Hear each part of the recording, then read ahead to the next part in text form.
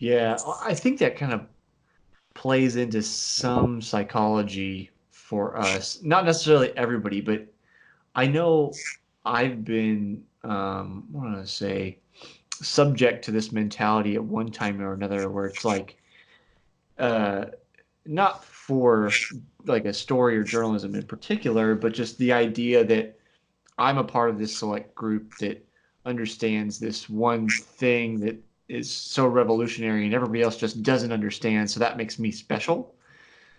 I think that psychology sometimes is tough to get over.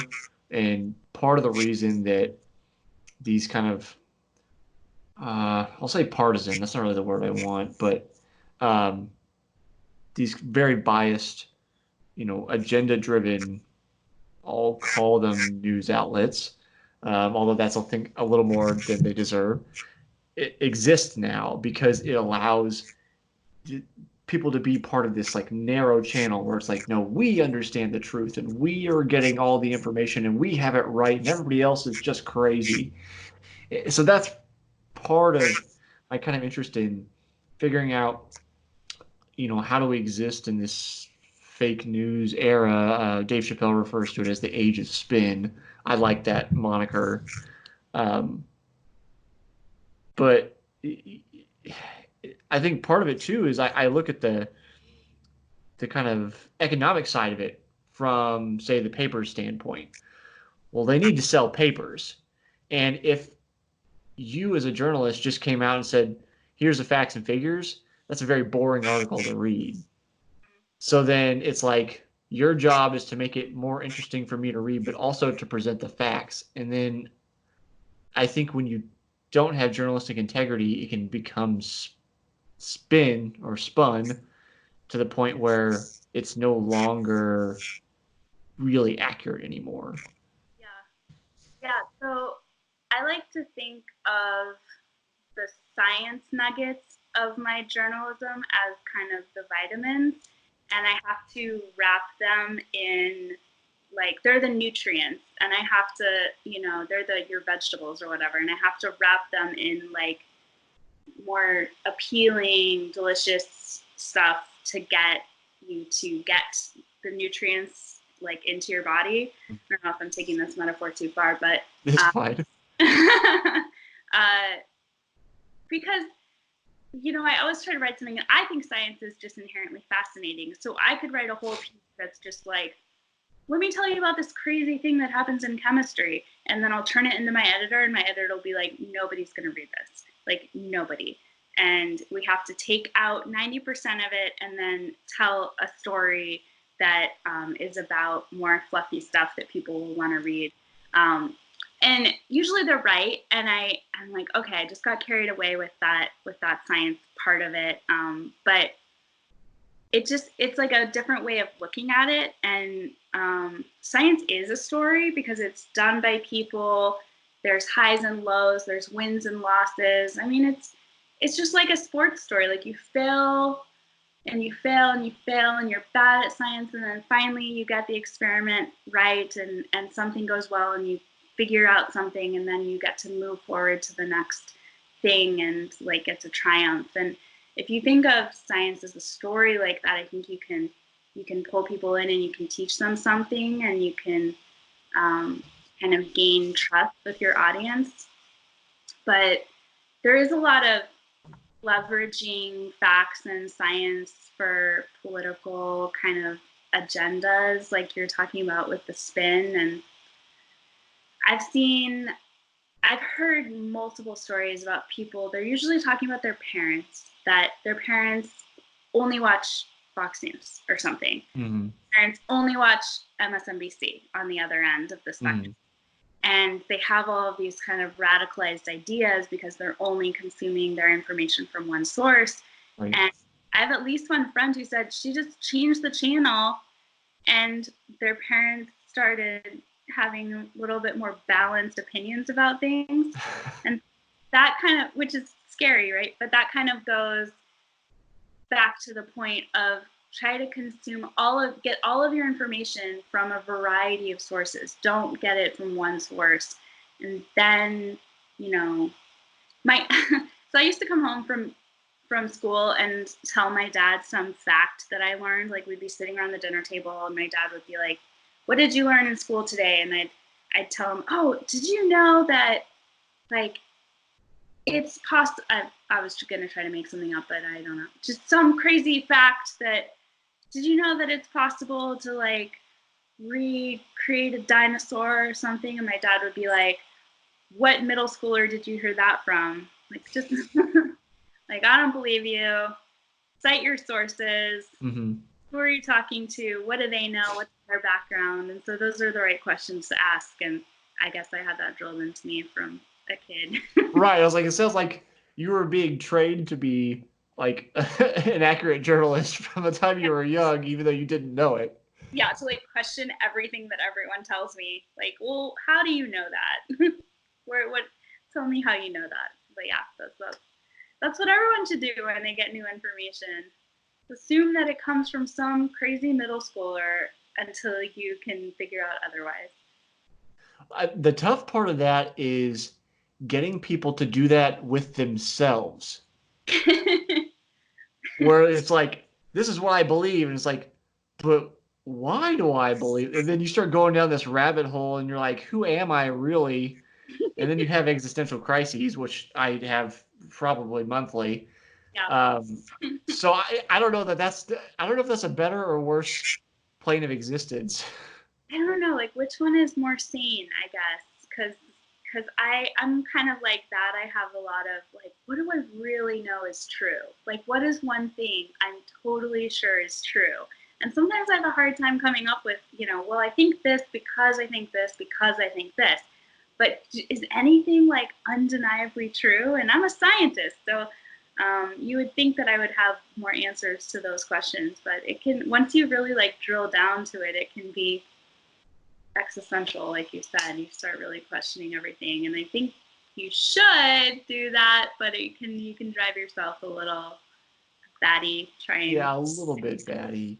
I mean, I think sometimes when you have a conversation with somebody of a differing opinion, which I think you should have, it can become tough because you're coming from two different bases of reality. And I mean that in the sense that, like, say you're the two people in this conversation, one believes God exists and the other one believes that God doesn't exist. Well, the way you view reality is in two different places. So depending on the topic, what you believe is possible can differ entirely. So you may not even be able to find common ground in a certain conversation. And there's other conversations like, hey, what do you want to have for dinner, that have nothing to do with those ideologies. It's perfectly fine. But I think about that sometimes too, where it's like, okay, we're trying to have a conversation, we're trying to find common ground. What's the base fact that you're coming from with this conversation? Like, I often talk to people about, since I'm in business or an entrepreneur and I do stuff like that, I often talk about money. People have certain ideas about money, or where money comes from, or what it does, or like, rich people, are they good or bad? And those like behind the scenes biases sometimes force us to an impasse where we just can't find common ground because we're not even coming from the same place. Yeah, you're totally right, and our country is a really good example of that right now. Many places in the world are really polarized right now with their beliefs about things. But I think no matter how little you have in common when you're trying to have that conversation with someone, you can still ask yourself and ask each other, if you're open-minded about it, like, well, why do I believe this? Number one. And number two, is it important?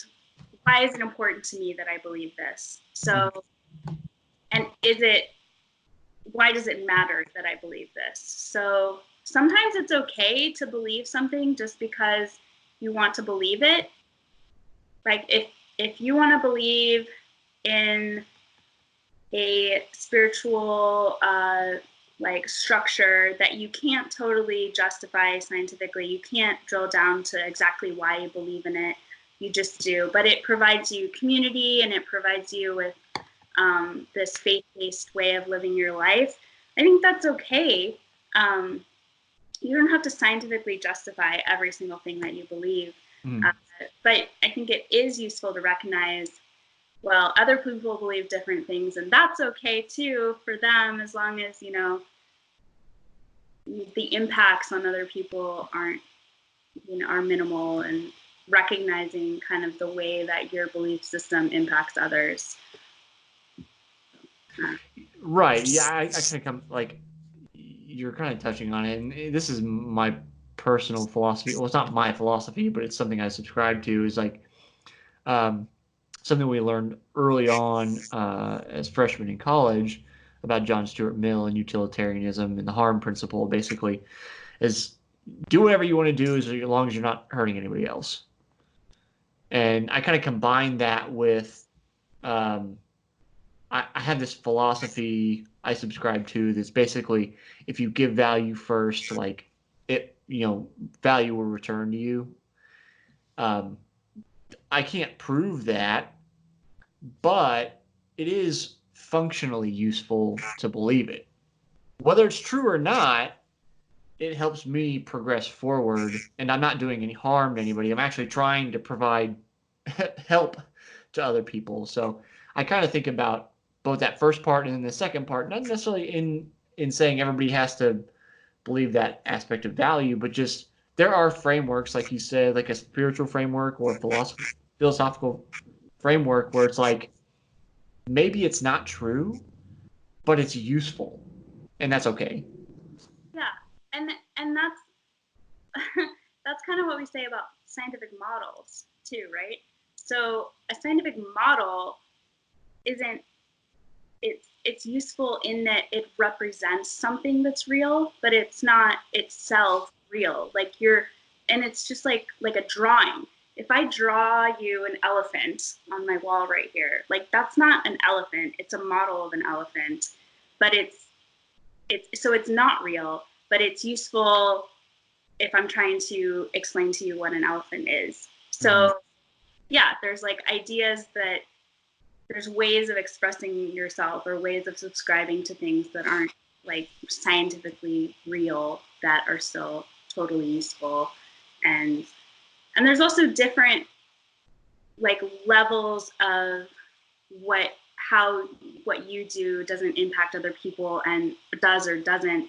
You know, some people would say that harm is if you're not doing anyone else any harm if you don't strike them or something. And then Right. other people believe that if you're not vegan, then you're doing great harm to everyone around you. And Right. there's all these different like layers of the things. So I mean, but that's what makes people interesting and complicated, and you know, our society is so diverse and there's so many different opinions. But that's why we're that's why there's so many interesting stories to tell. Mm-hmm. Before we run out of time, I'm jumping here. Where's this? But you talked about I think this was for your dissertation work, but correct me when you were tracking the bee populations. Mm-hmm. How do you do that? This is just a personal curiosity because I'm like, how do you track 50,000 bees? Like, One at a time.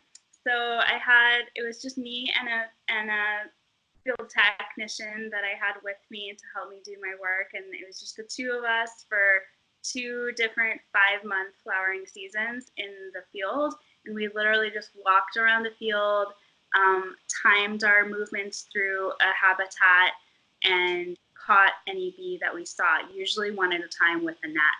And then after 2 years, we had caught 52,000 bees and identified them, and characterized the habitats that they came from and written down what flowers they were visiting, and just amassed this huge data set that we can use to understand why there are a lot of bees in some habitats, why there aren't very many bees in other habitats, kind of how they're sharing resources, what's a good area for bee biodiversity, what kind of, like if you're going to build a parking lot and you have 5 different habitats to choose from, what's going to be the least impactful to the bee population. Like those kinds of, the data set that we amassed is able to answer those kind of questions. But yeah, it is very slow, laborious process, and that's why they have grad students do it. You don't see like out there catching bees one at a time very often. So is that like a catch and release, or is that like a catch and you keep it and catalog it? Unfortunately, it's the latter. Okay. So yeah, but they all go into a curated museum collection, and they're Mm. used by lots of that data is used by lots of different projects, and the specimen are kept and they're used by lots of students to learn how to identify bees, and there is a reference collection.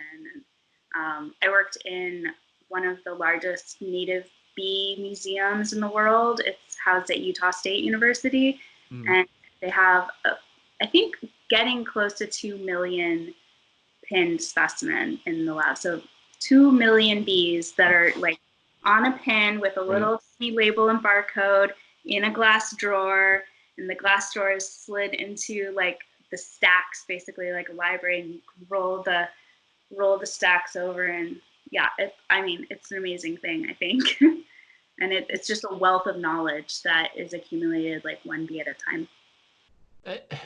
It seems like a lot of work to accumulate 52,000 bees, let alone millions of bees. And then at some point I'm like, when is enough bees enough bees? Like, is Mm-hmm. there a point where they say we don't need any more bees, like we're good? I reached that point personally. I was like, I don't ever want to see another bee. I just want to like understand my data that I already have. But there would be a point at which you have too many bees from one location, but there's so many locations in the world that we still don't know anything about the bees that live there. And we're not going to know how the bee biodiversity is changing, what species are being lost, how the overall numbers of bees are, increasing, decreasing, staying the same. We're not going to know that unless we have multiple samples in time from the same location. So there's an effort right now that's just recognizing, and this was part of the work that I did in grad school, is just I did a literature review to see how many places actually had been thoroughly surveyed for bees in the US in natural habitats, and there were only 23 places. Some of them are in national parks, some are in BLM lands, some are in protected areas, but like unaltered habitats where we actually know what's going on with the bees, there's only a handful of places. And so when we're trying to figure out if native bee species, like solitary bee species, are declining the same way that we know that honeybees are, we have relatively few data points, and we really need a lot more information, which means more bees. Out there collecting with nets. Yep. Um, as we're running out of time, you get to be the first person for season 2 here of the podcast. So I've changed my kind of ending question. I used to ask people about recovery food if you listen through the whole of the other episodes. This year, I'm not asking people about that. Okay. Um, I decided to be a little more esoteric, which is very characteristic of me. And I am curious on your opinion of what the purpose of sport is. I would say confidence in yourself. I would say that that's the number one thing I gained from sport, is learning that if I ask something from my body and I give it what it needs to do that, and I prepare adequately, like I can expect, incremental results, and that gives you confidence for every other thing that you want to do in life. That's a great answer. It's a great way to start off the year. Um, Joan, if people want to find you, kind of keep up with what you're doing with your journalism, maybe hire you, see here, be research, where can they find you? I'm on Twitter. My handle is bcycles, so that's BEE and then cycle like a bike wheel, plural. And I also have a website that's just my name.com, so JOAN, that's MEINERS.com. And I'd love to hear from people, so I always am looking for new stories to tell and stuff. So yeah, it was great to talk to you. Thanks Yeah. for Thanks for spending some time with me today, Joan. Yeah, thank you.